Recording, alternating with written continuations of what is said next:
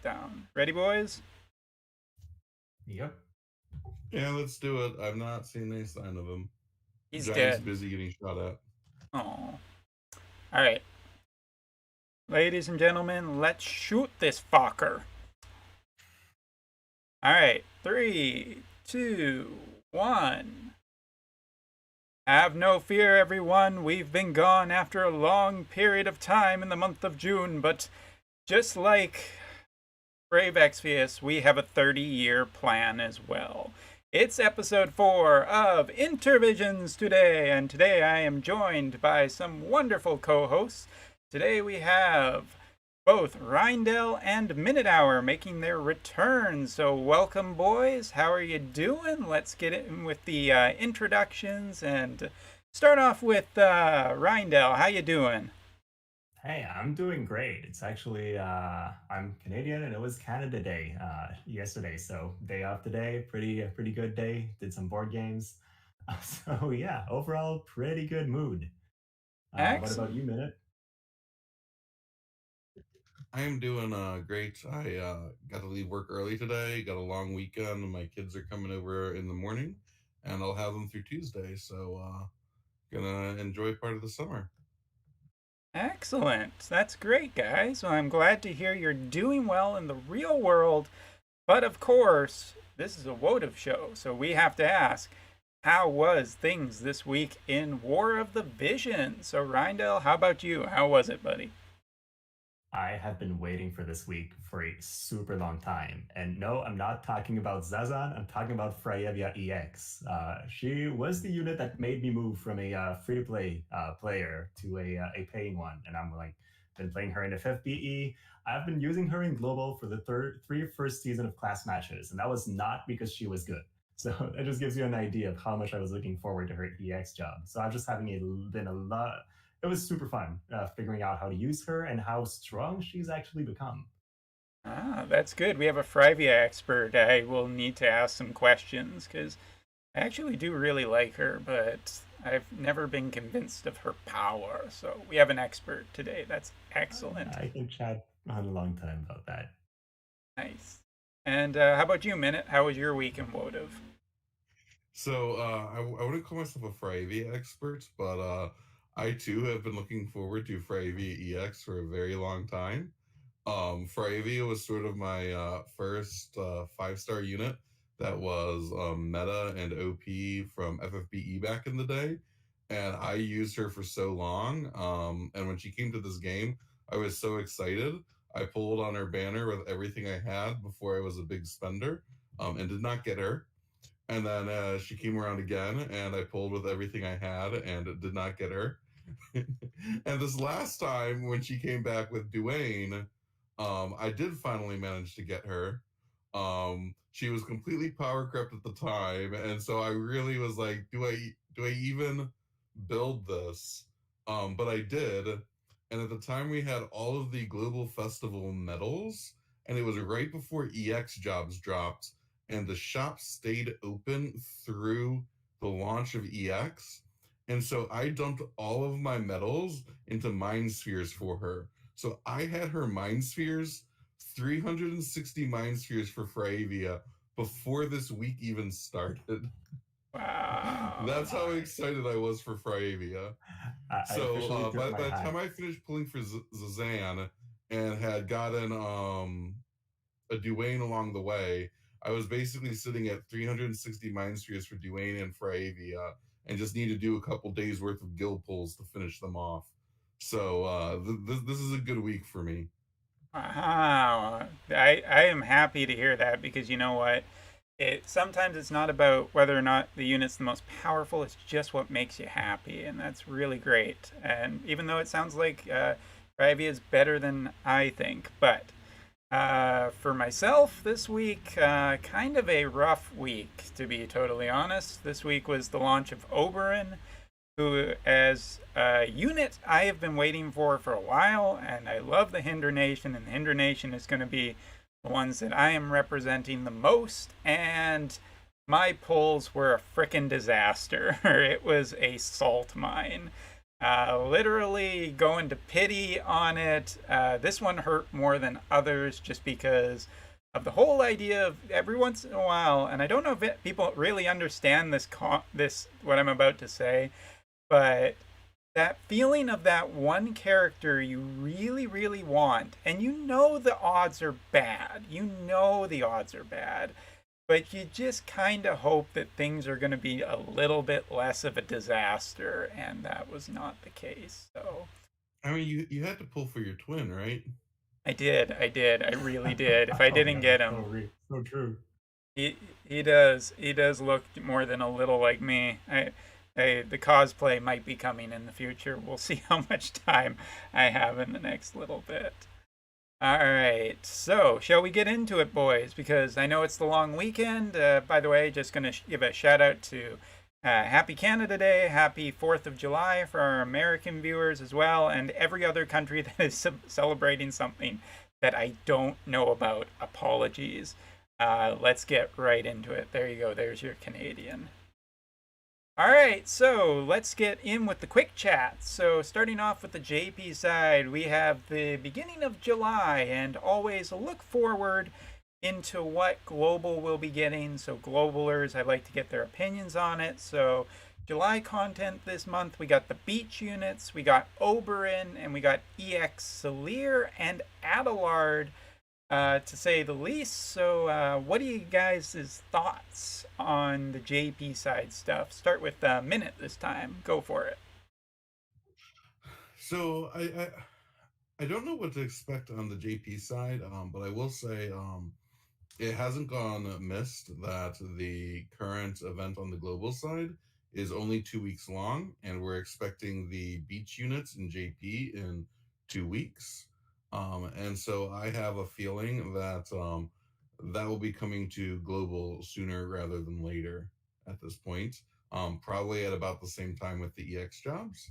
And so I'm excited to see what happens there. And I think there's also going to be a lot more drama on Reddit when it happens. Yeah, they probably. What about the EXs? Are you interested in either of them, or interested in maybe getting Oberyn? I mean, no pressure. I mean, I understand that he is just the best character So, so, ever.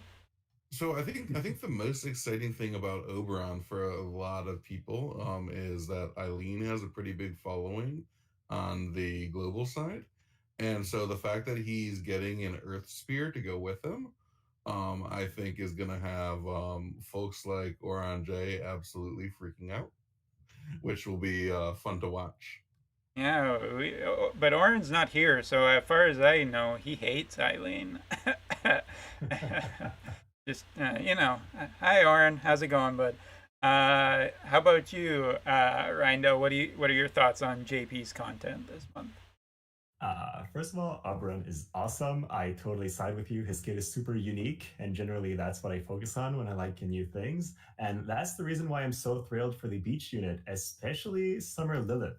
She's a Missile Earth unit, so kind of fits with Oberon with that. So I'm expecting them to give her a good EX just so people invest into her and spend a little bit more.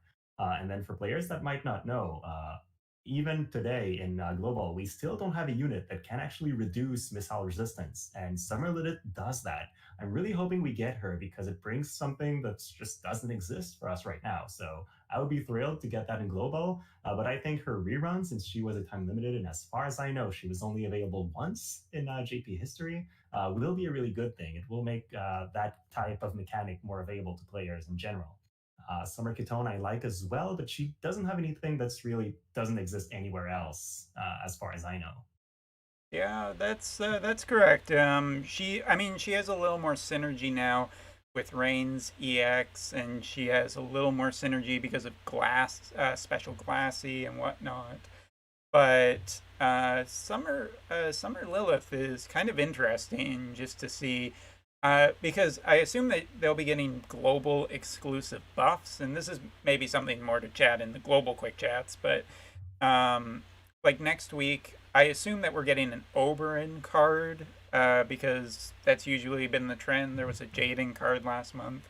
Probably going to be an Oberyn card that's going to be pretty powerful for Earth units. So Earth is on the rise, which is kind of nice because feels like we haven't gotten a lot of Earth units in. Like they just haven't gotten too much. So, but So, so I'll add that assuming we get Summer Lilith here in about 2 weeks, I don't think it's a coincidence that the JP is dropping their first 100 cost Earth unit, followed by what's probably going to be an Earth card. Right around the same time, Global's dropping, hey, look at another attack based 100 cost Earth unit.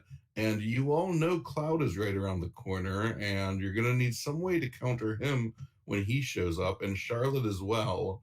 So it definitely feels a little bit like what we talked about before of Global sort of taking advantage of our look at the future to mess with the schedule and try to get some additional polls out of people. Yeah, that's yeah, definitely possible.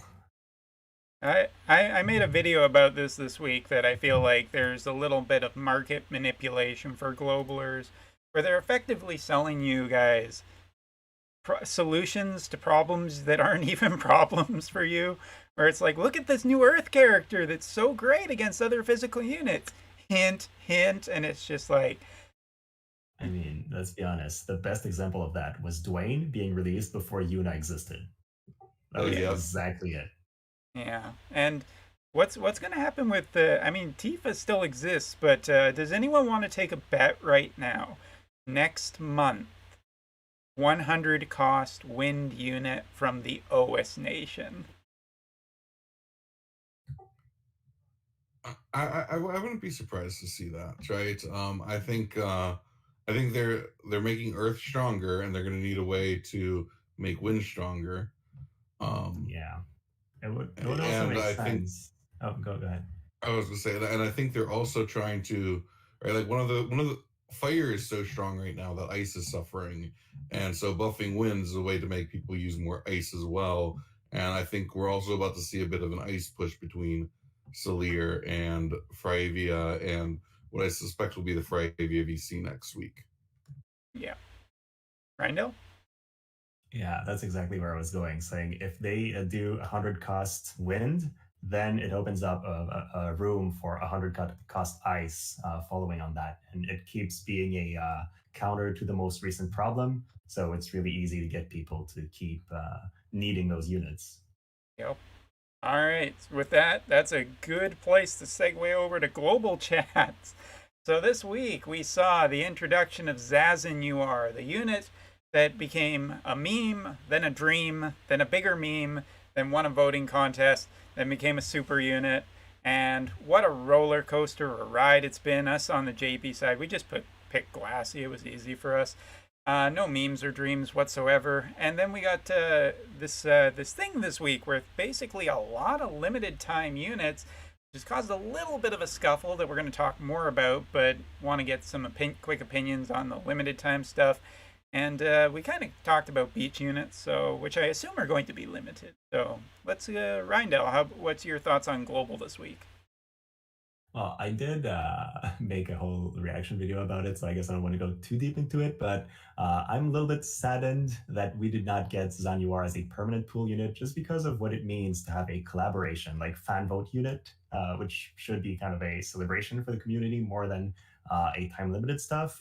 But outside of that, I'm kind of thrilled to see Dwayne and Friedia come back because it gives a lot of opportunities for people to build them back, which is pretty good. And then now that we have the barracks and whatnot, even if you don't max them during the period, it's pretty interesting. I am a little bit afraid of what Dwayne might bring to the meta because he was already super strong with Black Witch Helena, and I know that's part of the Hell Month that we've seen in JP side. But hey, I'll have to fight him and learn a little bit more about their kit before that happens. I will say one more thing that was pointed out in the comments and is very true is that Zazan UR is super well designed. Like super cool limit break animation, unique kit. There's a lot of cool mechanics. It fits the character, but it also brings some nice things like trying to attack from behind, which we haven't seen a lot so far. So I think there's while I'm not that big of a fan of a decision of releasing it as a time limited unit, I really like what they did with the unit itself. Okay. Minute, how about you? Yeah, so I'll chime in and say that, right? Like, let's be honest here, right? Zazan from the story, and our version of Zazan was really just like a joke and not a serious unit at all. Um, and I like what they've done with him, right? Like, especially like the character design, like they've sort of embraced the meme a little bit, but also like given him a bit more of a like serious tone in his design that actually makes him look cool instead of just Mimi. Um, and so he's a very different design than like a lot of like the waifus and stuff that we typically see in this game. So I really like that. That being said, I do think he's potentially a bit of a niche unit. He's got a lot of abilities that seem like they'll be really good in manual play, but I really wonder to make him work well in an auto system. Yeah. Yeah, that's very true. As a avid manual player, I guess I see his kit and it's like it's a dream. But on Odo, I struggle to know how his AI will actually leverage that. I don't even know if the Odo uses attacks from behind, aside from hit chance in their calculations. So, guess we'll have to wait and see. Yeah, I think the other thing for the auto piece is right. He's got four move, which is fantastic, but he always has four move, and he only has buffs that are self buffs. And so this guy is a missile. He's charging straight in there. You're not going to get him to hang back and do any sort of prep with the rest of the team. And then he's got that jump move that also like gets him further into the fray. And so I really see him just sort of like being like old school Venera was and being this like sort of suicide projectile unit. Yeah. And from my understanding from some people I've talked with, is that his AI prioritizes bells primarily and then his auto re-raise. But it is a problem with his kit where essentially he is solo focused. So he like you said, he will get about one buff in, but I think his high mobility is actually more of a detriment to his kit. He's actually too good, and that's going to be a problem going forward, I think, for him. Deadly in manual though. But I guess since she's on the poster, we should also talk a little bit about her. Rivia, I want your guys' impressions because this is something I have not really heard anybody talk about too much this week, and I want my two experts here to just give me the rundown. So, Minute, you go first. I did call you an expert, so hi. So I will say I think Reindell's probably more excited about Fravia's place in the meta than I am. Um, I think she's certainly an awesome unit. I'm not sure she's gonna thrive too well in the current meta just because fire is still so common, right? Like I feel like she's still gonna get eaten by King Mont pretty badly, right? If she's your tank and you're running like Fravia, Helena, Duane, or something into like Mont, Helena, Duane, or like anything comparable, I think you're gonna lose because I think she's gonna get beat by Mont. Um, that being said, like if we can get something in global where they can get like wind really going strong somehow, I think you'll see a really good place for her. She's got lots of HP. She's got a TP based hate skill. She's got ways to buff her stats. She can get really high both slash and magic resist now. The only thing I feel like that's really limiting her besides the fire in the meta is if she's limited in where she can get slash from that synergizes with her other stats, right? There aren't a lot of slash resist espers that are going to be boosting other things you want to boost on her. And so what I'm actually really hoping is that if her VC drops next week, it's got party slash resist on it. That's my big hope is party slash resist with like magic buff for ice units to synergize really well with freezes. So that's what I'd like to see. All right, and now to our other expert, Reindell. Also, tell us Uh, what you hope for the vision card too. Yeah, first of all, I have to say what Minute said for the vision card is exactly the thing she needs. My hope for the vision card is that if she equips the vision card, she gets Frost Flower Blitz. I want to see that move in War of the Visions. It was like her iconic FFBE move. If she gets that, I don't care what else the vision card has.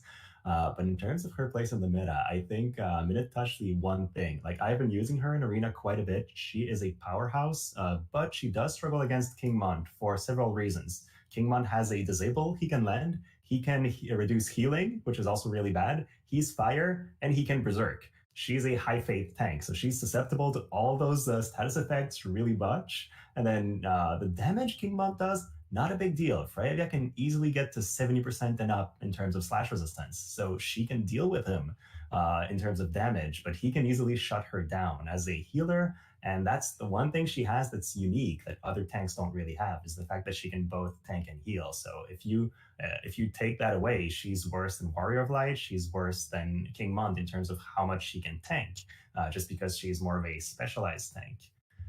So while she has limitations, she's really good. And then the one thing I learned yesterday that just drove me crazy about it is the fact that her new ability, Spell Veil Blade, when she uses it, gives her 20 defense and spirit, which is cool, but that can actually stack up to 3 times. So if you manage her AI so that she spams that, she can have a total of plus 60 defense and spirit and just run around as an unkillable tank. That So is I think if crazy. you I can did not know that. yeah, if you Wow. can set her AI well, and I've made it so in a couple matches where she just spams that and then uses the full life ones and then keeps spamming that, and at that point she becomes good. So it's an interesting scenario. I think it's the first time we have a unit like that where the longer the fight goes on, the more tanky they get until the turns wear out. Hmm.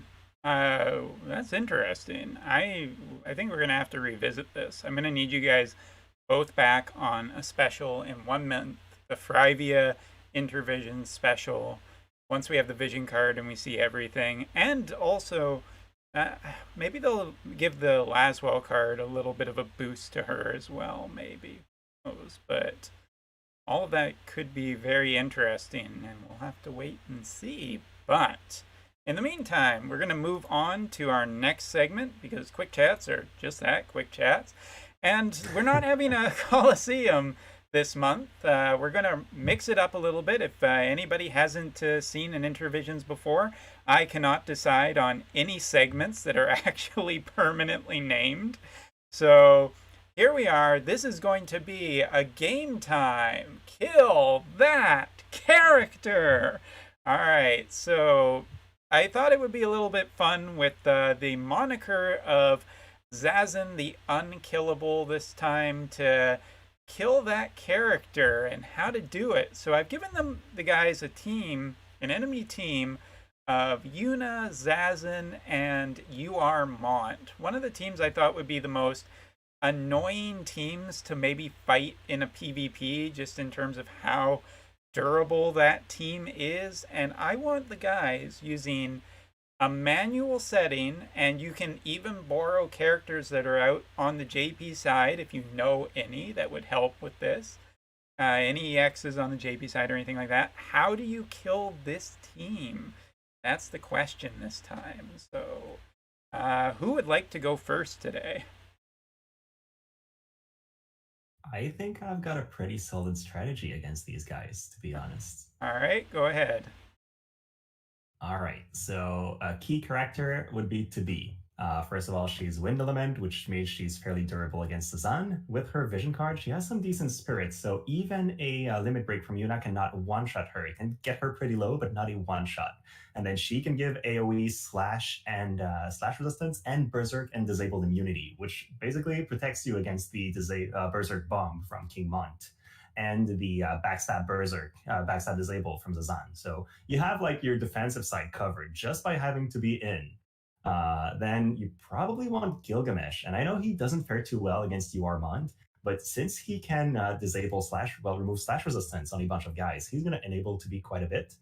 Then to be could potentially use her healing down ability to reduce Yuna's healing a little bit as well. So these two characters would really be core. then I guess for the last character, you want somebody that can take out Mont a little bit more easily, or perhaps deal with the evasion from Zazan.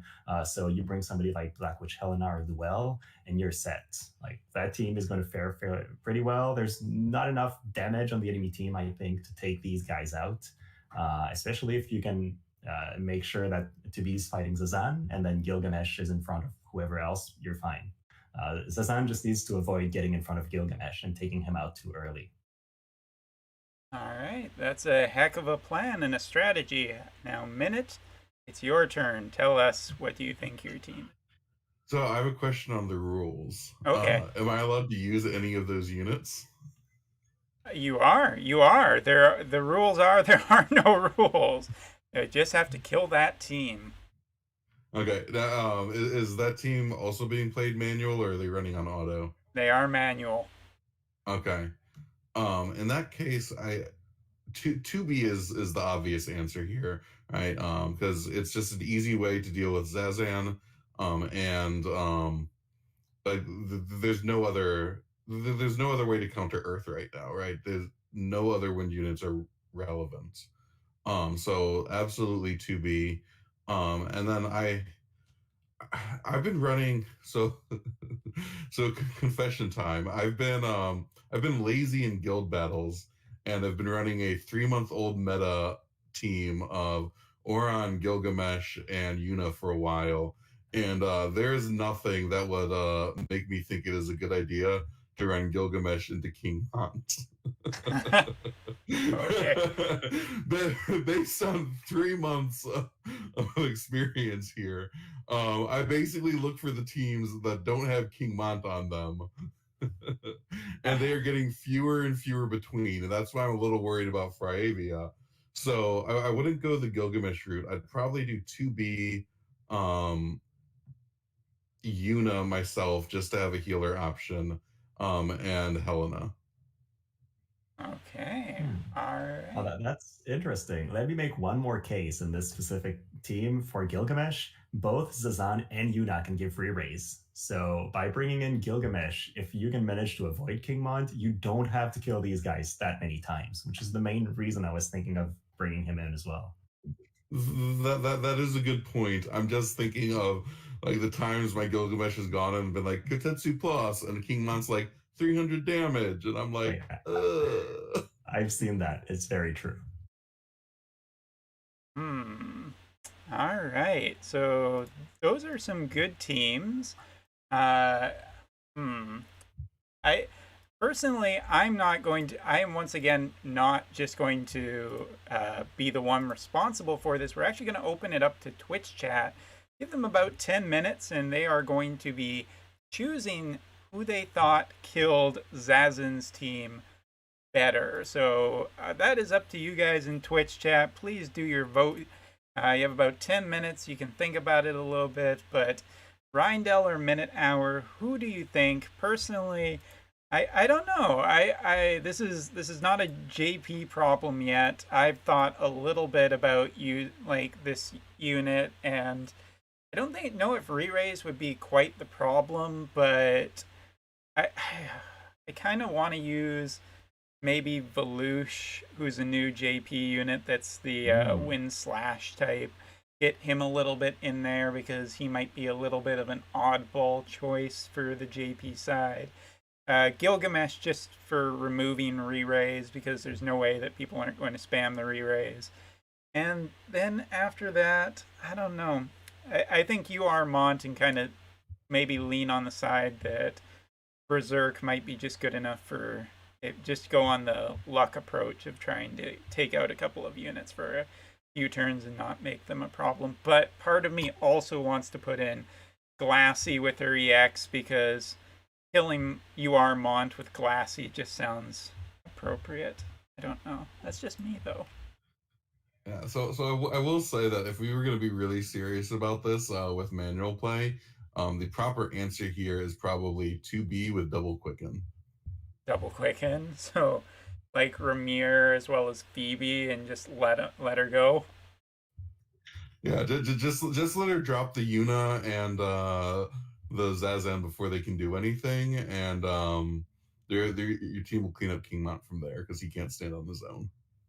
Yeah, no, in a manual setup, I'm not changing my answer. I already have to be. I already have one Quicken with Gilgamesh, and then Noelle has her own AoE agility buff that gives some AP, or can use her own version of Keenblade that increases her own CT so she can get a couple turns in. I think I've got a well rounded team, honestly. Yeah, no, I think both of you had good answers. I mean, you could have chosen also a very classy answer of like Victora and just charm the enemy, and then you're done, and they're all just killing each other. Like that's fine. But Yeah, chat yeah, thinks we should have picked Ziza and just charmed the Mons and had him berserk everyone. that, Charm? Oh, he's not immune to self-destruction. Charm. They finally didn't release a meta unit that has Charm immunity. Kind of happy to see that. Yeah. Well, we'll have to see. There is no good answers, but there are answers, and that is always a interesting point. So let's move on to our. We have two main topics this time. I really wanted to choose one, but I feel like there are two very big topics to talk about this week for both, uh, and both in the same kind of theme of just both versions being in trouble right now. So, yeah, here's the thing. So this week for on the Japanese version, Gumi and Square Enix have gotten in a big amount of trouble over the 1 year gotcha banners. If you remember back at the time, the 1 year anniversary banners were found to have a very distinct uh, way that they were dropping not like polls essentially. Lots of people were getting the exact same polls, and at the time they basically apologized. They returned all of the paid and non-paid lapis that people spent on those banners, and basically that was supposed to be it. But I guess it was raised to on here in Japan there is a group that actually monitors this stuff. I think it's like a governmental group that looks after this and makes sure that the laws are being followed for gotcha games. And to just this week, it was announced by this group that Square Enix and Gumi had violated the terms of gotcha laws here in Japan, and that the banners were completely not properly done. And basically, there wasn't really any fines that I'm aware of. It's essentially a warning, but it was a warning broadcast essentially over Japan by a government or by an official group about gotchas. And gotchas are a pretty normal thing for people to be playing here. And I'm curious about what you guys think about the future for Votive on the Japanese side, both within terms of reputation, which is a big thing here in Japan, and just in general what you guys think for the global side for this company essentially. So who Minute, would you like to go first? Sure, I can go first. So I don't know too much about the mechanics of gotchas. I know there was some talk back when this happened about like conveyor belt gotchas. And I think some of the rulings sort of covered like making sure that polls are independent, etc. So I'm a little curious if that's going to have like sort of a impact on any other companies that maybe use a similar type of system that maybe wasn't quite as egregious and haven't been caught yet, where maybe they'll be a little more cautious going forward. And I don't know, I don't know as much about Japanese culture. Right. So as an American, my first reaction is they didn't even get a fine. They're not going to give a shit.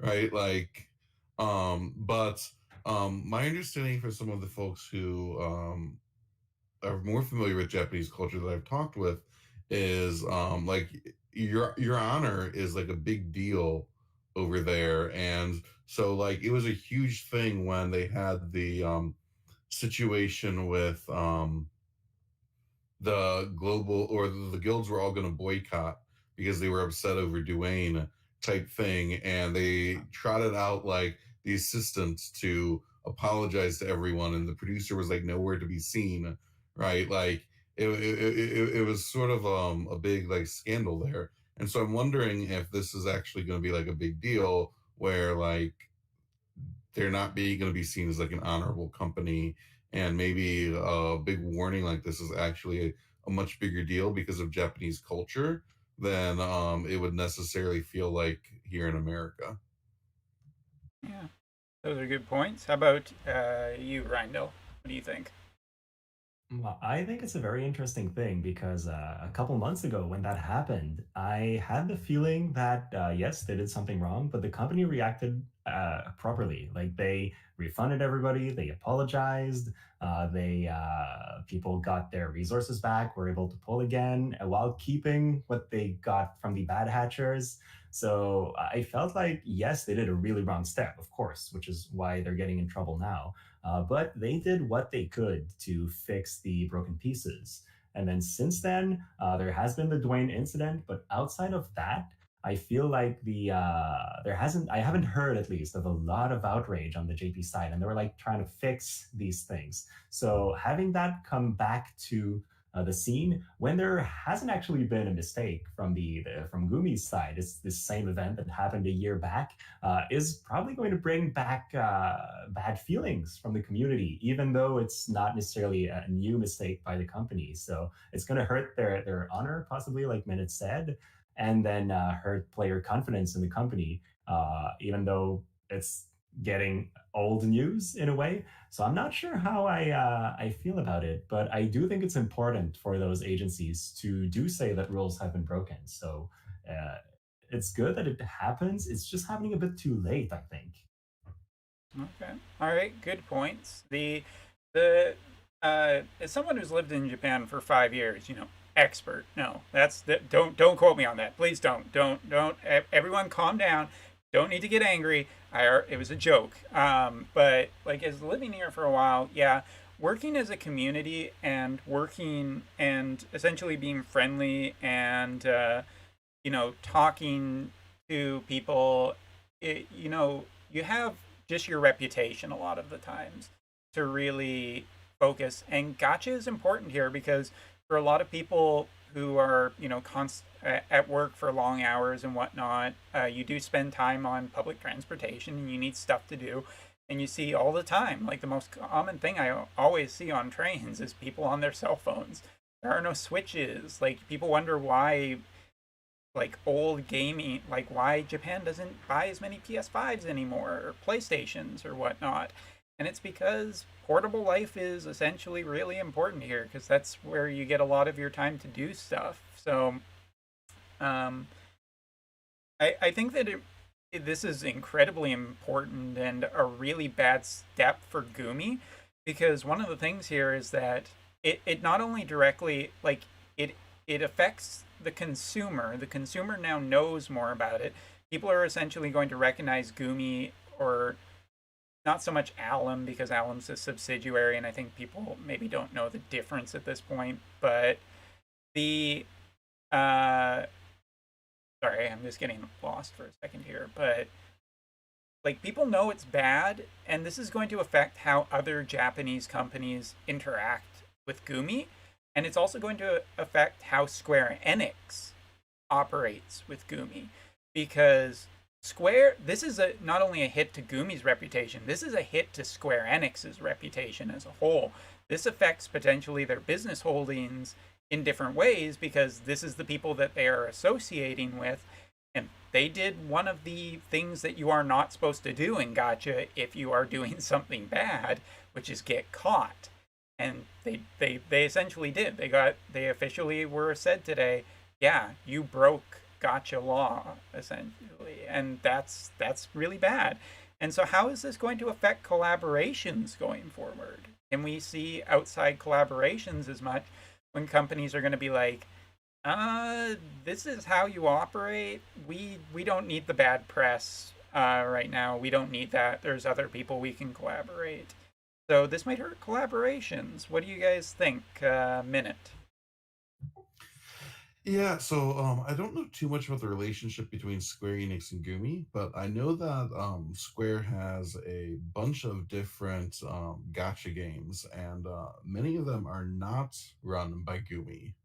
Um, and so that does leave me wondering if maybe they might decide that, you know what, these other guys are much better stewards of our big IPs than Gumi is. And maybe going forward when Gumi approaches us about like the next idea for a gotcha that they want to do, we will we'll pass on that. I don't know, but I think as a consumer, that's something like we will never see the inside details of, but I think it absolutely could play a role going forward, particularly if Gumi ends up taking a financial hit at Square Enix as a result too, from the bad press associated with this. It really gives Square Enix not too much incentive to want to keep that relationship going forward. How about you, Reindell? What do you think?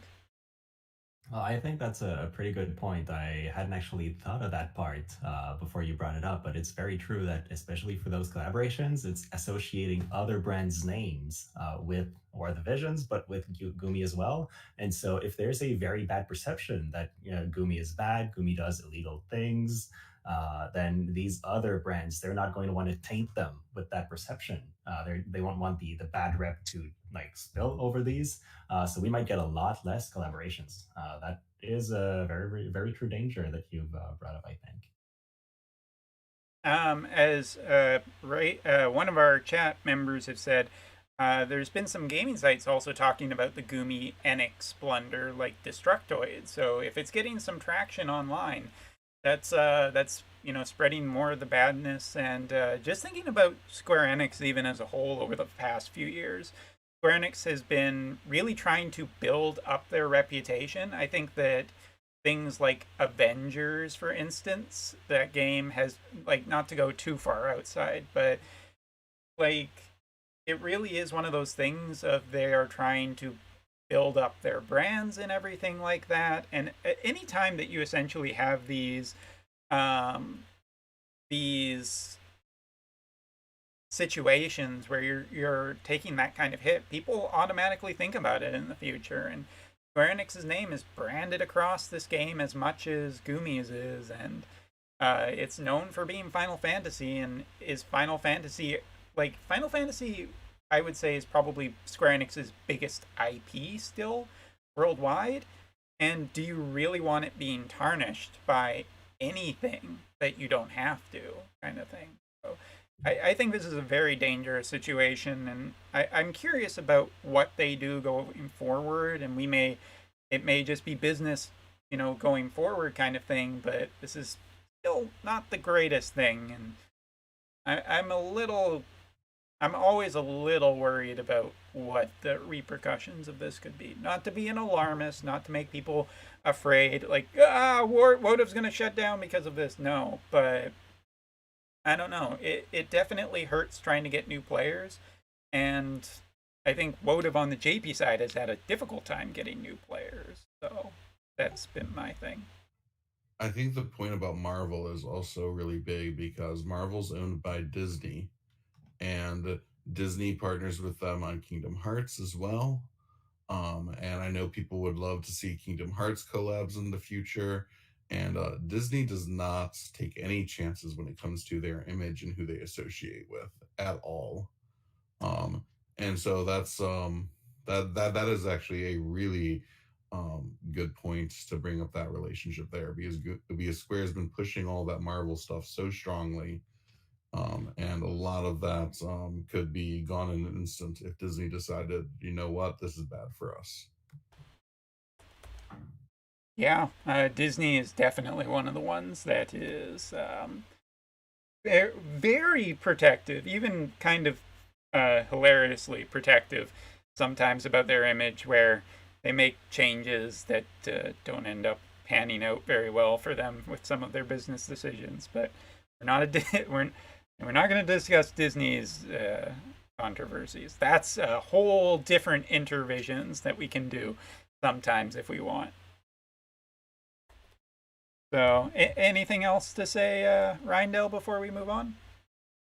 I think we've pretty much covered the topic. It's a huge deal, maybe more than we, I guess, as a North American can understand, because of the whole culture of honor and reputation having a even more important place in Japan than whatnot. So I think we don't necessarily understand just how bad it is, but I definitely get a feeling of dread about it. All right. Well, best of luck to us all in the future. We're going to see how that goes.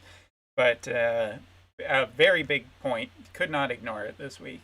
But it's not the only trouble that the game is hosting right now. It would be enough. But also, here is our second topic, second main topic. That's how this works now, apparently. We're having two main topics a show. The global boycott. So this week, it's pretty obvious that there was some hard feelings about some content that was dropped this week. I think it's been brought up already, but Zazin being limited, Dwan's still limited, Frivia's still limited, and a lot of people have been bringing up this idea of, oh, Zazin should have been a first copy free for everybody character because he's an anniversary character, which doesn't really hold a ton of water to me as a JP player because Classy wasn't that, and so I feel like it was pretty predictable how this was going to go. But with limiteds and everything, I don't think that a lot of globalers are very happy this week, and I'm curious what your guys' thoughts are. So, Minute, how about you? So I think the boycott idea is a little silly, to be completely honest. And I've heard a lot of different reasons for people to sort of be upset with the boycott. Um, and one of the things I've heard is that people are sort of tired of like the lack of content. Um, Everything's just a farm, right? Which I feel like is more of a criticism of the game in general than just what's going on right now. And the thing I'd say on sort of that front is the game hasn't changed in terms of the type of content it puts out at all in the past year and a half, right? Like we're getting farm stuff just like we got it released. I think the thing that's really different and the reason people are sort of feeling like maybe now is a good time to move on is this game dropped in the middle of the pandemic and everyone's in the lockdown and there's not a whole lot to do when you're sort of stuck at home by yourself unexpectedly. And so a lot of people jumped in and went hardcore with this game and it became sort of a big part of like the social atmosphere to help people get through what's been a pretty rough year overall.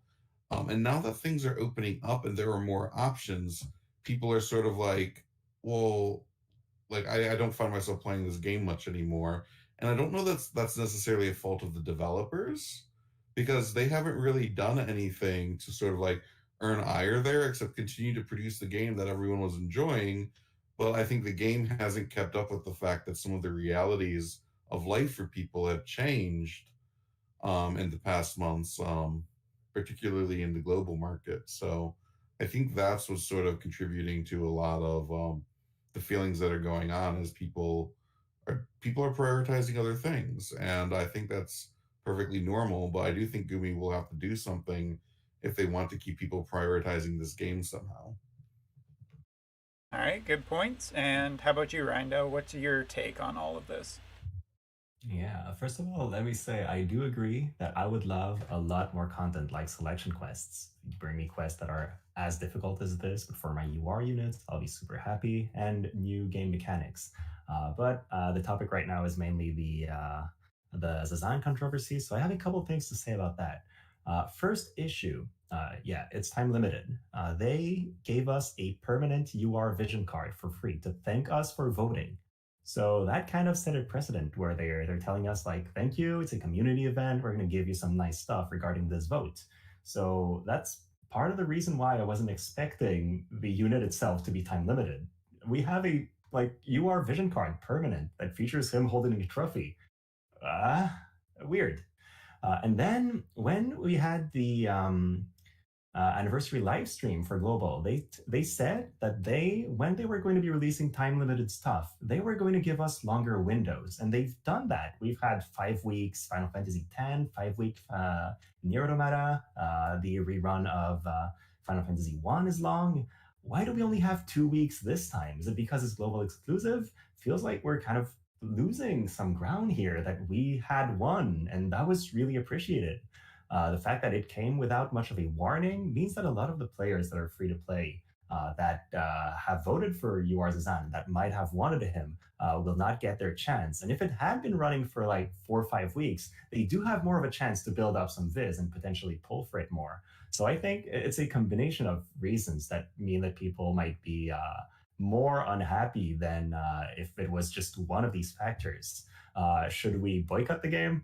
I personally don't think so. I don't want to hurt the game much more, especially with all that we've talked about previously. But should players be disappointed about this decision? I think so, and I think so fairly. So, like, do you? I guess this is a question of like whether or not you guys think that, like, do you think even a boycott could work? Is the next question, I guess, to bring up into this discussion of like boycotts have been done in a lot of different properties to try and enact changes, and effectiveness is always questionable. There are some people who say, no, there's no point to it, they just don't work, and there are some people who think, yes, they do. So, what are your guys' opinion? Minute? So I think my big opinion is I think a boycott could work. This isn't the thing that's going to get a big enough boycott, right? Like I think, like I said before, people are a little frustrated, but I mean, if we weren't going to boycott the game when it was broken for 3 months, a couple like 2 months ago, like that was a much bigger outrage, really, than oh the new unit is only available for 2 weeks, right? Like I don't know. I don't like yeah, it could have been nicer for the banners and stuff, right? We could have gotten more global festival medals.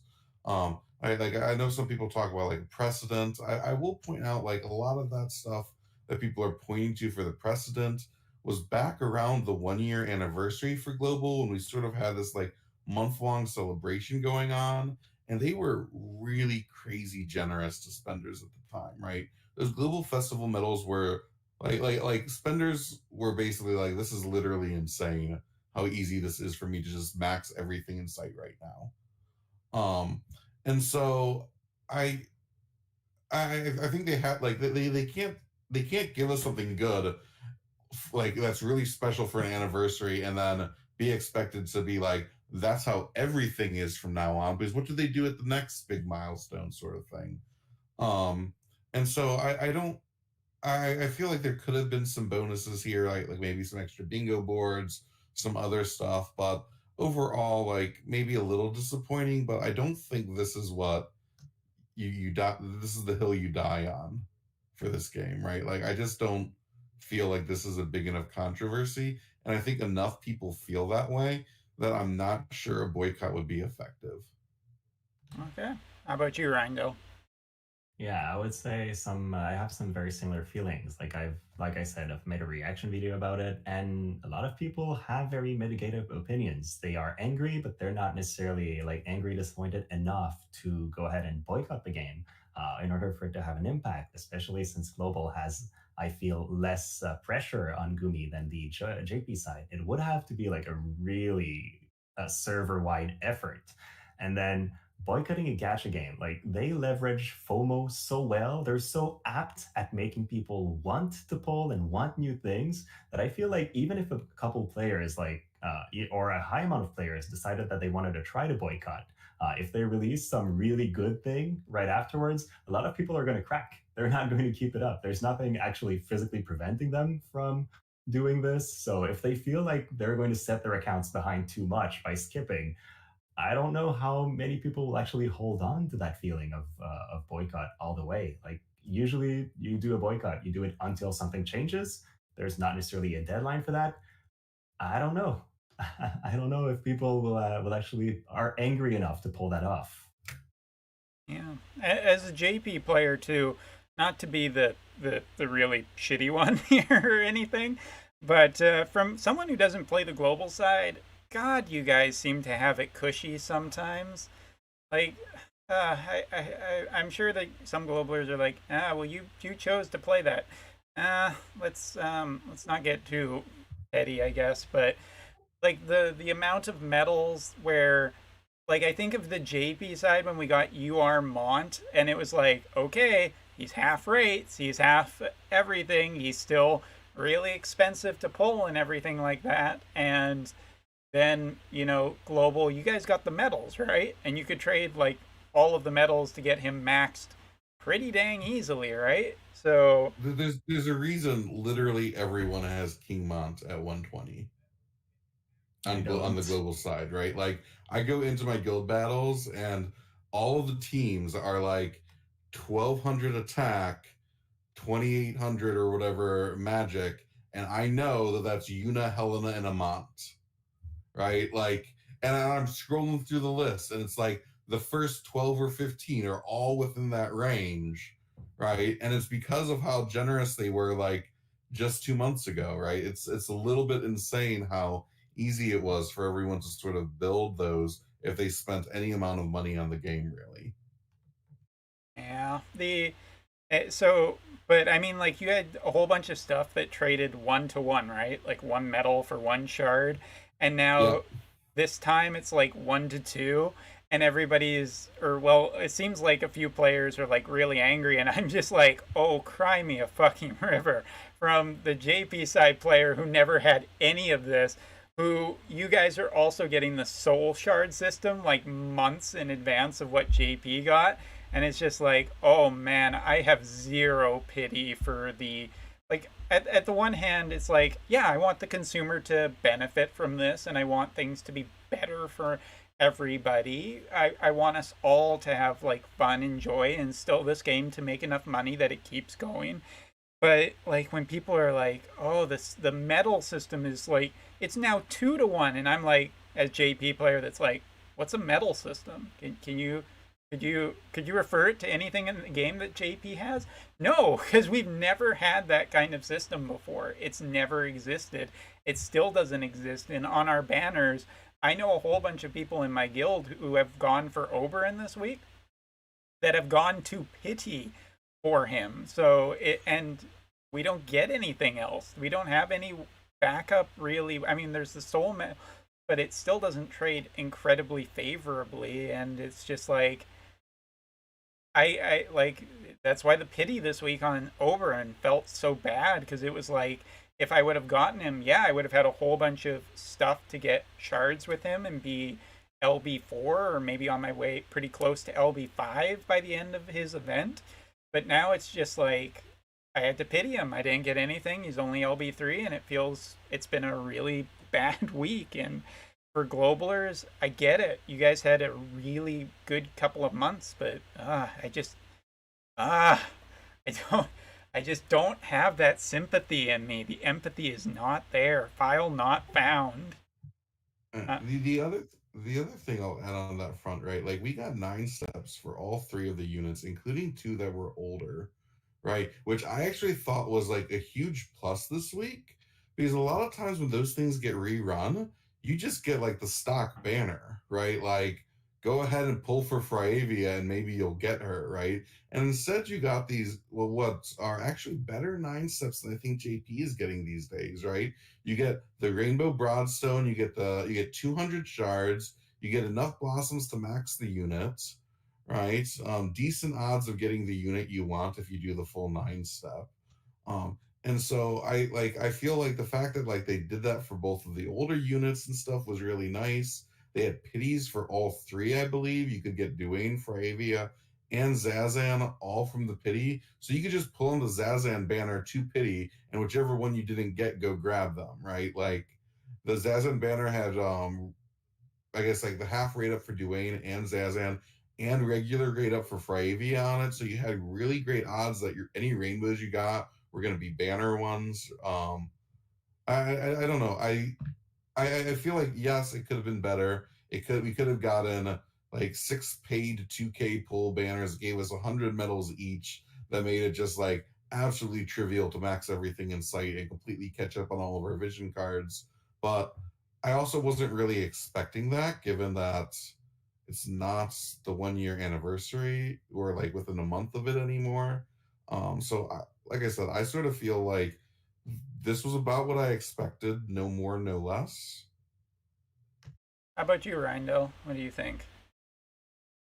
Yeah, well, I do agree. We are very spoiled in global, and I don't think these banners are that bad. Like as you've pointed out, it's better than what JP gets, and it's still possible to pity all these units. Had there been no pity, like wow, that would have been a huge step back. Again, I think the biggest problem is not how these banners or even the festival was handled, is the fact that it's time limited, which goes against the idea, and the fact that the period is so short, which means players have to either spend money to get the Viz right now or say goodbye to this run. And sure, it's probably going to rerun in the future since there's no like legal rights issue around that. Gumi owns the entire character, but it still feels like what should have been a happy festival time is more of a rush to build a custom 100 unit. Yeah, the someone mentioned in chat. I will say, I like the time limited thing is definitely a disappointment. Um, but I think the other thing I'll add is right. I'm sort of expecting Fravia VC next week and summer units the week after, and I sort of want to see how they handle the sort of combined thing. Right, we just got Valentine Salir, who was time limited in JP, isn't in global, right? So that's like an extra perk we got. So I feel like I wish he wasn't time limited, like Glossy wasn't, but we get different time limited things from JP sometimes. Yeah. And so I'm a little bit like, let's wait and see how they handle the Fravia VC and the summer units that we're expecting in 2 weeks before we get to Up in Arms, right? If those roll out poorly, sure, like let's talk about a boycott once we've seen what that looks like. But for all we know, the Fravia VC next week is free, right? Like we don't know what they're gonna do with all of that stuff. So I'm sort of in a like, let's see what happens in this stretch and how bad it really is before we get too up in arms. Yeah. Yeah, and I want to add on that. Let's wait until we see how we can get Global Festival medals next week with the new banners that are going to be released, because I'm pretty sure there will be new ways to get those medals outside of just pulling on the regular banners. Yeah. I want to add on to that of just being like the limited thing of us, like literally, okay, obviously I am not the biggest fan of Salir, regular or otherwise, in anything other than a utility unit kind of thing. I really don't care for her at all. Yeah, clip that. Go for it.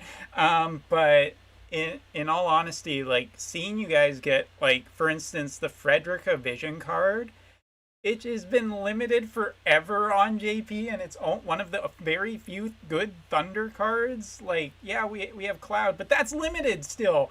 Like, it's so frustrating when, like, as a JP player, and then you guys get, like, a limited Frivia and Duan and Zazen, and again, it's just like, no, let me get, like, Tiny Violin. Where is it? Oh, damn it, I keep losing it because it's so tiny. I think people would be a lot less excited for Zazan right now if Secrets of the Heart was a time limited card on Global. And the fact that it isn't drastically improves Zazan significantly. And so I think people need to remember that, like, we get things that aren't time limited, that we're time limited in JP. So you can't always go, like, look at their thing that I've decided is the one-to-one comparison. Yeah, Secrets of the Heart is exactly where I was going to go as well. This is what enables the evasion archetype, and is still, I think, time limited on the JP side, which means unless you land on the right time period, you can't even build an evasion archetype. It's really different. So there are some things that we have that we take for granted, but are actually really good. Oh god, I forgot about Secrets of the Heart. It's the ketone not getting any card. That's what I usually call that. I forget it even has a title. It's just like ketone's like, I gave Mont this gift, and Mont's just like, neat, throws it away, and it's just like, unrequited love sucks, doesn't it? But we also have one more thing for this discussion, which is from Diggs himself, who is not here today because he is sitting by the front door waiting for his PS5. There you go, Diggs. There's your shout out. But thanks so much for donating this. Diggs hosted a post with a poll on it about the votive boycott with 1.7k votes, which is not a small number in terms of what you could get from the community. You could definitely get, that's more results than I think you get from the official Reddit kind of thing. But like 48% yes, 52% no, 86 comments. This is that's a lot of votes. What do you guys think about this? It seems to be very split in the community right now. So, Reindell, how about you? Yeah, I did say comments to my video were all like half and half. Lots of people are for, lots of people are against. There's something to take into account when you see those votes. The people that, first of all, are on YouTube and are on Reddit are people that are more invested than the majority of the players into the game. The people that will actually take time to vote into these things are also more invested. So I think if this was a mandatory vote, like before you log into the application and you have to take a choice, although that would not make sense for Intervisions to promote that, but I think we would see a lot less no and people that don't care as much. Because I think the population that's going to be the kind of people to vote onto these things are more sensible to what's going on. But I'm surprised to see that many votes for yes, honestly, especially since we've spoken about the boycott idea just now. And how about you, Minute? What do you think? So, my background is in software development and building tools that people use. And one of the things I've sort of learned over the years is you can't always take people at their word about what they want. You have to see what they actually do with the thing you put in front of them. And so I'm a little hesitant to trust a poll where it's very easy to say like yes here, um, but the follow through is a lot harder, right? And I look at these numbers and I go, okay, 48% are gonna spend, so start spending less. 52% are sort of like, man, I'll keep going as I have been. And so when Cloud drops and 52% of the player base pulls for him, how strong is that other 48% really going to stay? Is sort of, and so I think like, well, what's the phrase? The proof is in the pudding, right? Like, are people actually going to change their behavior here? I'm somewhat skeptical. Well, I do believe that there are three states of a consumer, which is the when they look at a product and they look at the price tag, and there's the percentage that will look at the product and the price and is happy with it and will spend kind of thing, right? And then there is a percentage of the consumer base that will look at the product and the price and not spend, and they're fine with it kind of thing, right? But I think that there's another part that people forget about, which is the people who are not happy with it but are going to spend anyway. Like this is one of those things of like Hearts. I bring this up so much because Hearthstone's one of the games I play so much, and it's frequently asking for more money as the TCG does kind of thing. But with the pre-order bonuses, that has like every pre-order bonus for every expansion comes with like a character in it and a tavern pass for a different game mode, and it's like you may not care about that game mode, but the cards are essentially cheaper than buying them normally. So there are people who will just be like, cool, I get all this extra stuff, and if I use it, fine, whatever, I like playing this game, this is one of my main games, so just go with it or whatever. But there's the people who are just like, I'm not happy I have to get this extra stuff. Why can't it be cheaper? But then they buy it anyway because what's the option? There is no option. There is no Wotive 2 where it's like, oh, it's made by a slightly different company. There is no competition per se. If Wotive's the type of game you want to play with Final Fantasy characters in it, then you really don't have that option. So this is where I find that the poll breaks down a little bit of it doesn't give the option of I'm not happy, but I'll still pay anyway, which people may not even be very happy to admit kind of thing. But then this doesn't give a breakdown into what percentage of people voting are free-to-players, what percentage are dolphins, what percentage are whales, because the votes in terms of their importance, like if 48% was all high tier whales in this vote, which actually that would be about 1,000 people spending at whale level, so let's pretend that doesn't exist. But if a vast majority of the yeses were super whales, this poll would hold so much more weight to it than it currently does, because there just isn't enough information.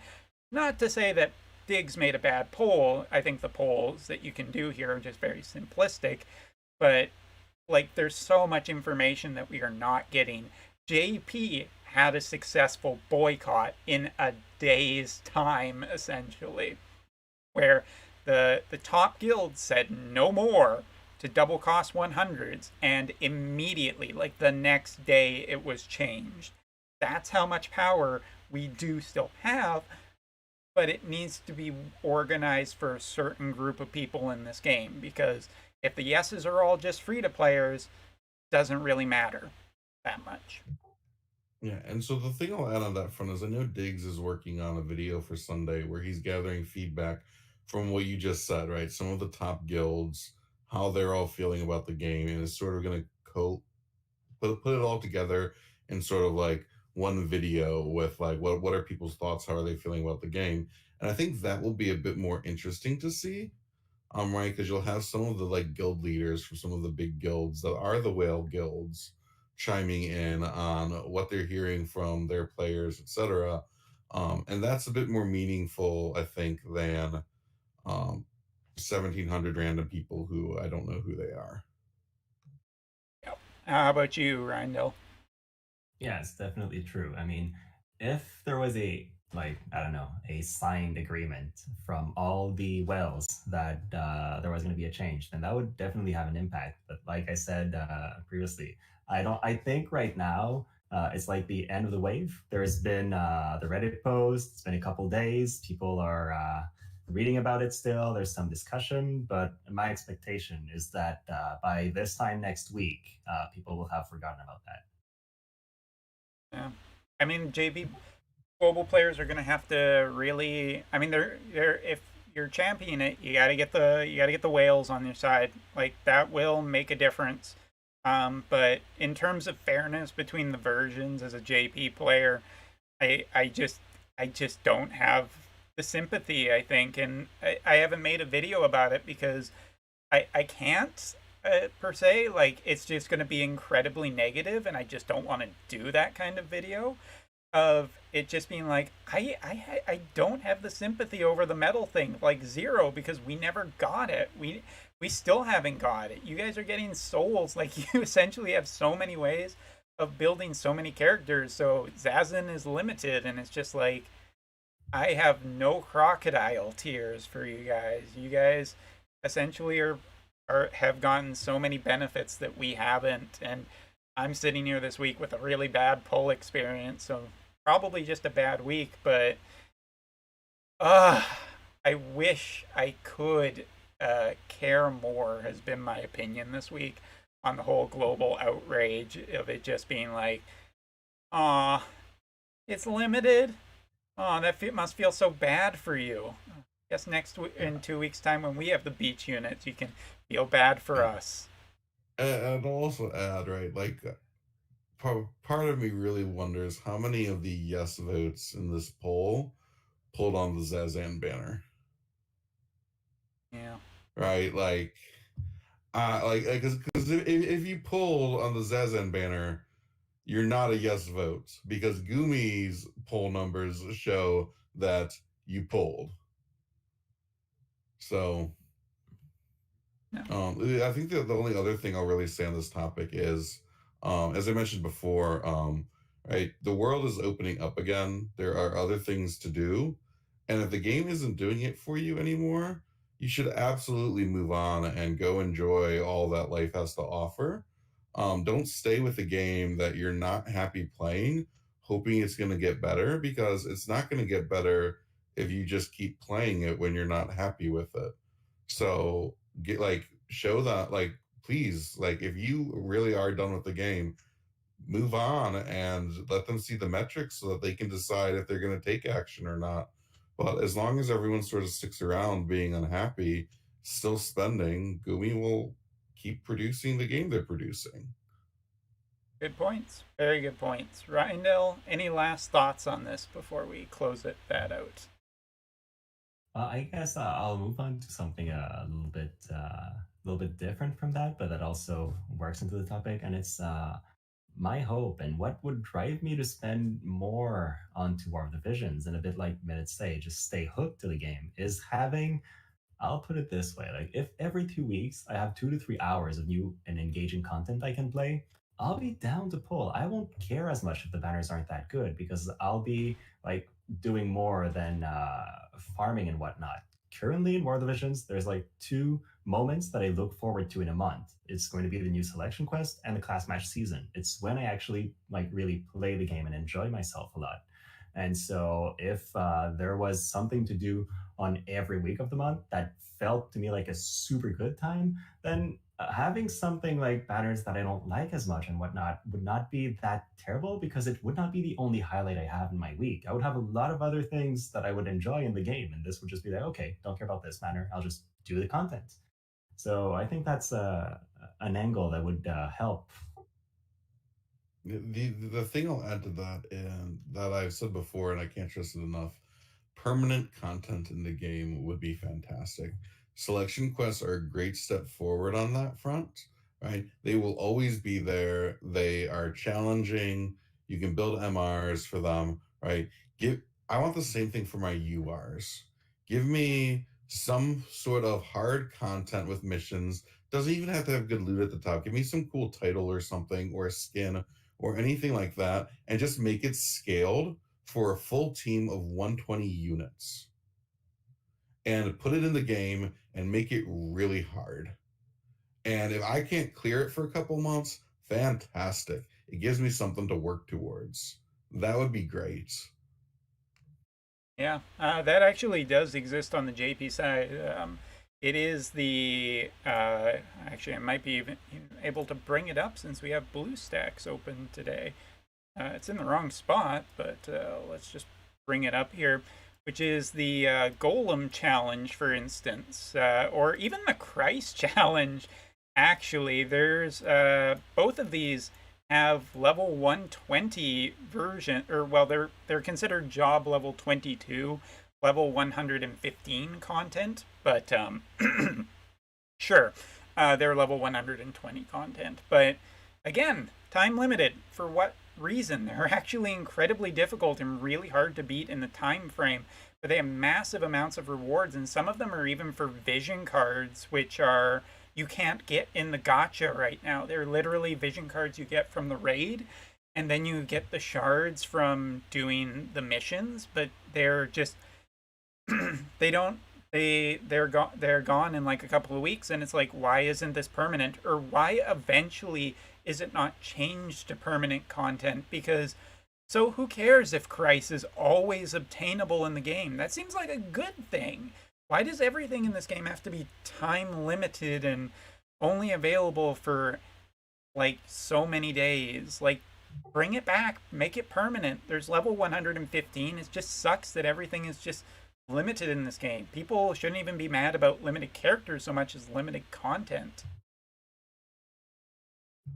I'd love to see Trials of Reckoning stuff brought back. Like throw away the farm component of it and just give us like some levels that are Trials of Reckoning style, where you have like specific bonus units and a leaderboard that just always exists. And people can like just over time, like months, try to get higher and higher up the leaderboard, constantly improving their scores as new units come out. Like that would be really cool to me. Um, but I just don't see why a lot of this stuff's limited and why we can't have like interesting content like that just around permanently, so that there's always something to do, always something to try to improve on. All right. So, Reindell, do you have something to say? I would say, well, I basically began the topic on content that we had to play, and I think you nailed it. That kind of content you just spoke about, I can't wait for that. I'm just waiting for occasions to die to the game, like challenge me. So this seems really fun. Would be better if it's permanent because it would give like newer players building their team things to look forward to. Like the bread and butter of this game is building new units and building new vision cards. It's the whole concept revolves around that. And right now, why do we build units? It's to compete in guild battles and in arena, I guess, and class matches. But for most content, at least that we have right now in global, you don't need anything. You can clear the story with a cast of 99 units without much trouble. So it feels like we're farming for something and we're just waiting for it to come. Waiting for almost Yeah, 2 years. I actually think not a lot of people have mentioned this, but I think the biggest thing to be upset about with the global banners we just got is the fact that we got these units and there's no content coming where they're relevant. Right? Like, I don't know where I'm going to use Zazan in PvE. I don't know where I'm going to use Fravia in PvE. Right? They're not featured for raids. They're not featured for Trials of Reckoning. Like, unless we're getting something in the next week or so that's like a global original event, right? Like, I really like the units and I wanted them, but what am I going to use them for is definitely a question I'm asking myself. So everyone who watches this video on Twitch, please watch it again on YouTube for metrics. But also, if you could also send this video, if you use any social media or you know Justin, who is apparently the content, is one of the in-betweens between the community and the developers, please send him this video segment because I think he needs to hear it. I think the developers really do need to see this because it is the best votive podcast talk show thing. But regardless, yeah, I think that they just need to hear these points from, because this is the community that distilled in a way, kind of. So definitely spread it. Anyway. But that's enough talking about this topic. I think we could go on for a while, but we're going to cut it because we're going to do just a short Q&A today because it is the long weekend and I think our guys want to get some rest and relaxation, like Diggs, who wouldn't be here tonight. But no shade against Diggs. He's waiting by the door for that PS5. Anyway. I love that he still doesn't know what kind of PS5 he's getting. Oh my God, really? All right. Well, a couple of questions. First of all, from Raymond 2030, if you were a unit, would you be a healer, tank, DPS, or something else? Now, I want you guys to answer this, but I don't want you to put too much thought because this was actually going to be a future segment in a future Intervisions episode. So, Minute, what about you? I'm a big boy, so I'm definitely a tank. Oh yeah, and what? We'll go a little bit further. What element would you be, and what are your sub jobs? See, now I think you've got a good segment here because this is going to require a little bit of pre-thought. Oh no, there's good. We are going to do this again. It's just there's going to be more time put into how we do this. This one's just quick. Okay. We're gonna go with let's see, paladin, pugilist, and arithmetician. Okay, and what element? And we will say, let's go with ice. Ice. Okay, all right. Ice tank on the competition with Agrius. I like it. All right, and minute or And Fravia. and Frivia. I see the evil plan here. And how about you, Reindell? What about you? What's your character? That's a good question. First of all, let me say I would totally pull for Minute. That would be an awesome unit. I have a pretty huge martial arts background, so I need to have a combat discipline in my unit. I would be Wind. I think as a person that fits with me a little bit a little bit better. And let's see, job combination. Let's go for something fun. Main job, pugilist. Sub jobs, white mage, specifically with the full life nodes. So you can have somebody going in punching and then bringing their allies back to life. And then what's the last job? assassin because I want a defense penetration passive, and then the flexibility that a class with AP drain and some tricky moves would bring. That would be something. I don't know if that would fit.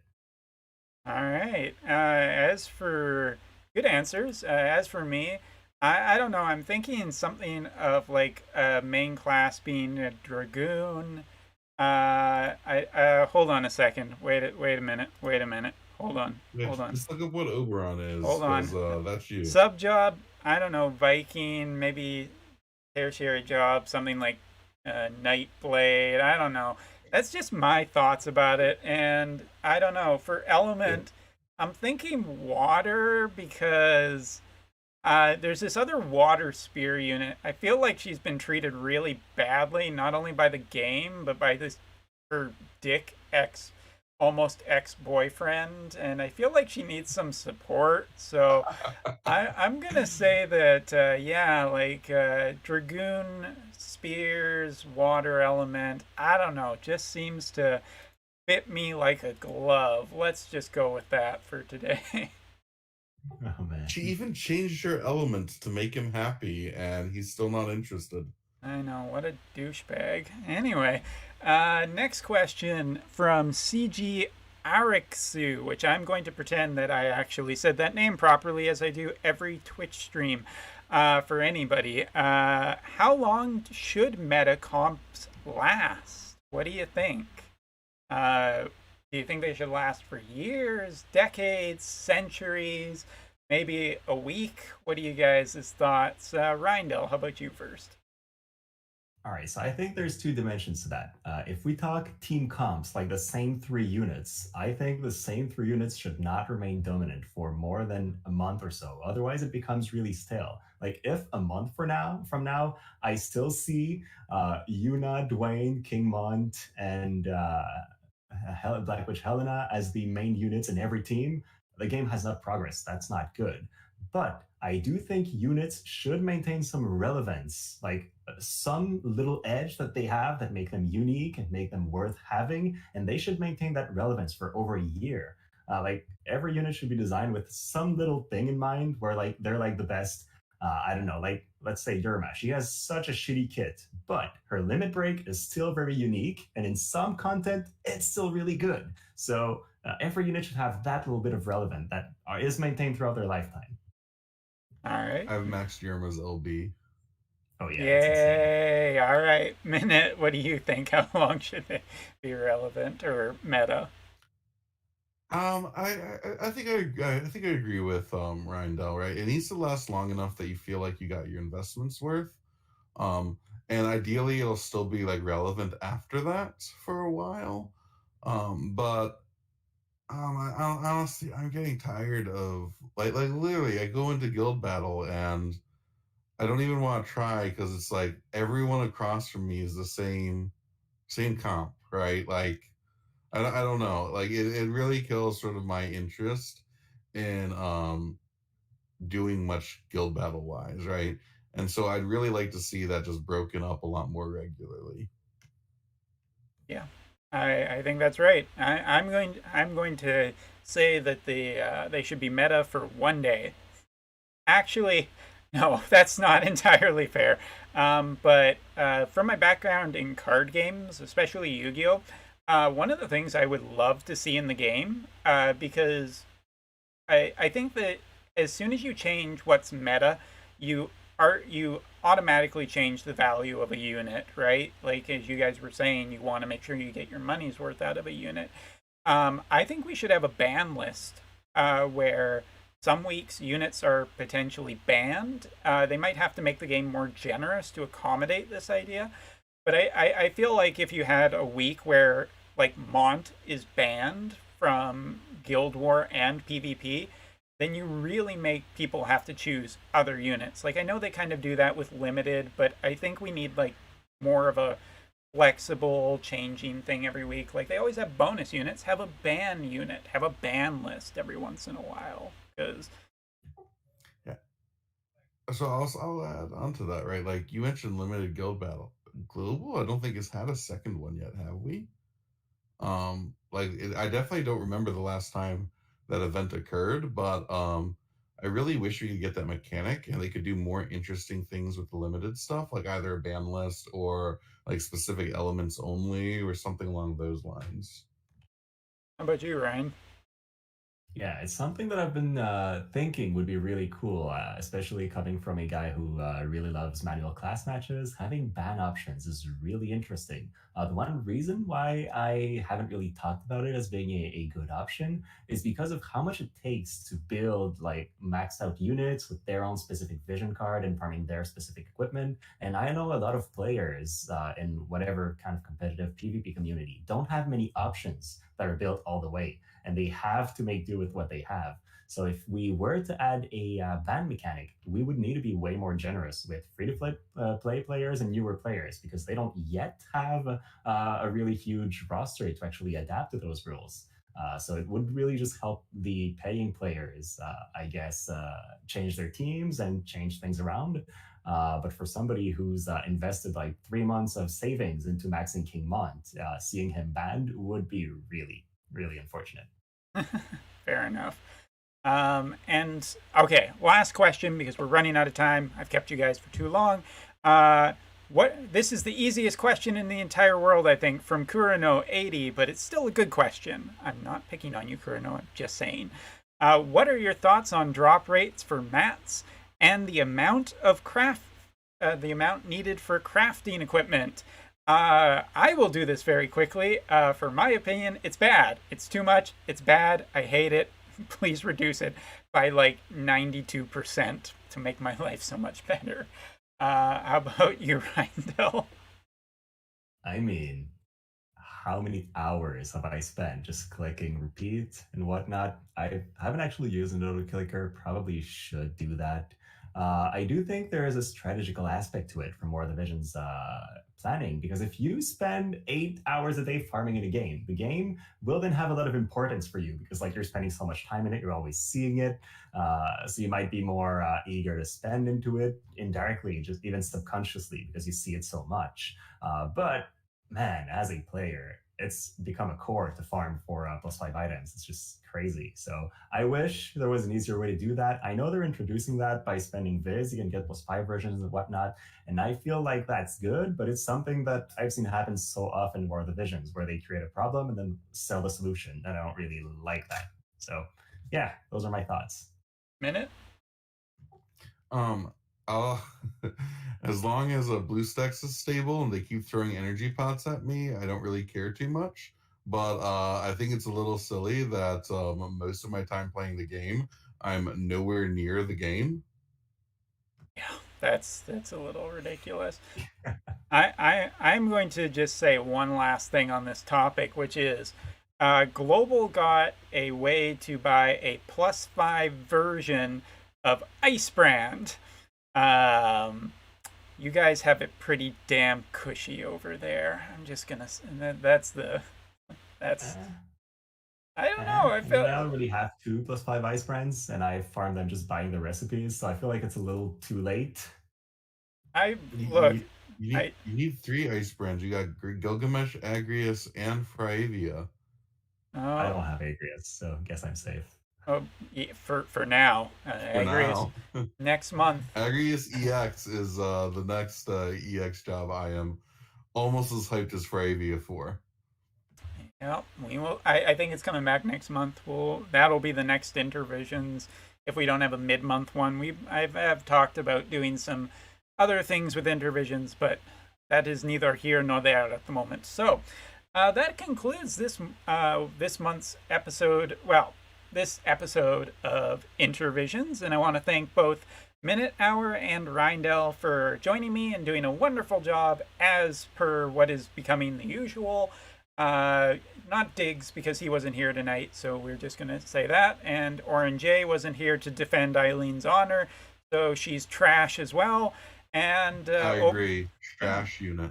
Oh, there you go. All right, the glove has been thrown down. We shall see if there shall be anything that comes of it. But is there any? This is always the part of the episode where I want my other guests to plug anything that you guys are doing next week, any videos or content that you really want people to know about. Go for it, Reindell, you first. I mean, I don't necessarily have something planned for next week specifically. I'll be playing around with Fryavia a lot more. If you guys don't know me by now, I mean, you can check Reindell on YouTube. You'll find me there. I mainly make PvP oriented War of the Vision videos, trying to feature units that aren't too meta. So that's mainly what I do. And then one last thing to point out, we did have a vote about who would win the debate on killing Zazan. I saw the results pass as we were going, and I got my ass kicked by Minute. So, Minute, you win yet again. Congratulations, Minute. I will say, you sold me on the you sold me on the Gilgamesh for the re-raise removal. I hadn't considered that aspect of things, so I might give your team a shot too. All right, so you guys are both winners. Congratulations! But for all intents and purposes of the Intervisions episode, yes, I was going to say that pretty quickly here. But Minute Hour is the winner by Chat's design. However, if you are watching this on the YouTube, please throw your support to whoever you thought did better in that segment as well, because yes, we're filming this on Twitch because it makes it pretty easy, but YouTubers matter as well, provided that you're fairly nice in the comment section. Anyway, Minute Hour, what do you got going on this week? Go ahead. So this week I will be looking forward to hopefully Friday VC next week.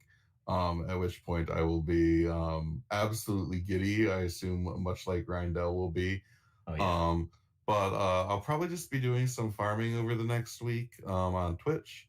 You can find me on Twitch as Minute Havoc. And I've been playing a lot of Demon Souls lately. So if you disagree with the things I've been saying on this stream and you want to see me suffer, that is a great opportunity for you. Excellent. Yes. By all means, watching Demon Souls is a ton of fun. I think that lots of gamers enjoy watching that. So, as always, I have to say, please, if you're watching this on YouTube, in the description section, there will be a link to both of these guys' content. Please go follow them, give them likes, subscriptions, money, your kidneys, anything that you guys can offer up to these guys. A goat, sure, anything. Just do that. Please support our content creators for Wotiv, because regardless of how good the game is, the community, for the most part, as well as our content creators, are fantastic. But that brings us to the end of this episode, so I'd like to thank everyone for watching, my guests for joining us, and remember to be kind to other people, enjoy your time playing the game, have some fun, and build whatever character you really want, because we're all sick of the metas of UR-Mod.